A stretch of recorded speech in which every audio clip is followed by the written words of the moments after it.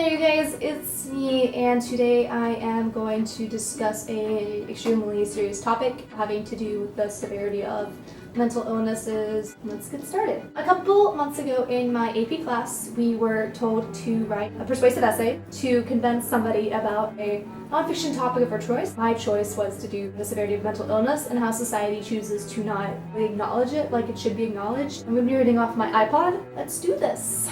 Mental illness has plagued our society for centuries. Yet, where there should be outstretched arms of comfort, there's only turned cheeks. Why is it that society refuses to face the reality of mental illness? Mental illness isn't dust that can be brushed off somebody's shoulders. Mental illness is a severe issue that must come to everybody's attention. Only then will the ones struggling with this issue feel as if they can overcome the weight that holds them down. Many living with depression and anxiety, it's a never-ending game of tug-of-war. When depression is the dreaded feeling of not wanting to do anything, anxiety is the driving force that causes them to do it, fearing of what will occur if they do not.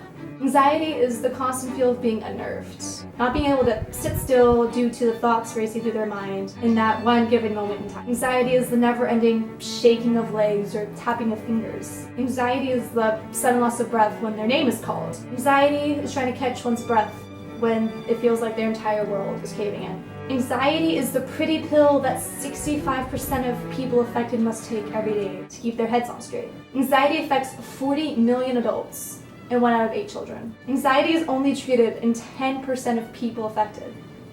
Seems odd, doesn't it? Anxiety isn't a game. It's not a joke. Don't treat it like so. Now, depression loves to host parties with anxiety. They're very good friends. Depression is the constant feeling of bursting into tears. Depression is the self-doubt. Depression is the loneliness in a room full of people. Depression is random.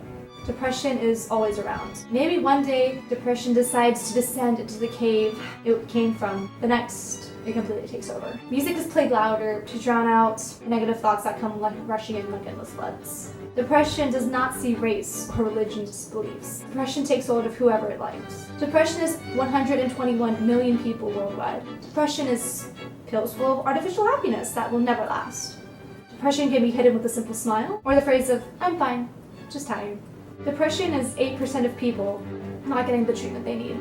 Depression is a cloud that hangs over every day. Depression is 5,000 teenagers taking their own life every year. Depression kills. Depression hurts. Still, depression is silent. Mental illness is looking in the mirror and hating who looks back. 11 million people are struggling with anorexia. Mental illness is jumping from anger to sadness to happiness with no warning. 5.7 million people play this guessing game every day. Mental illness is the fear of what others will think or say. Mental illness is staying up at night, staring at the ceiling, unable to drown out endless thoughts. 70 million people now know every feature of their ceilings. Mental illness is taking pain out on one's own self. 90% of teenagers will cause themselves physical pain. Mental illness will never end. It's called mental illness because it starts in the head. It's called mental illness because it affects people the same way any other sickness will. It's called mental illness because there is a road to recovery. So why is it when someone chooses to speak about their mental illness, it's treated like a taboo, a thorn in somebody's side?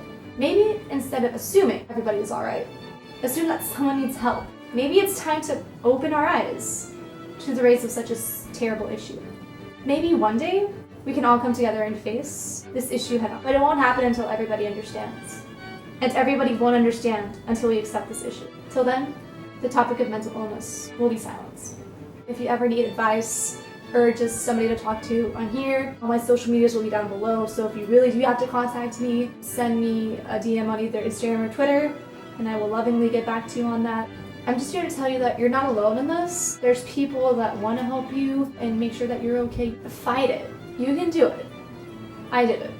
And so many people can do it, are doing this every single day. Stay strong. I love y'all. Bye.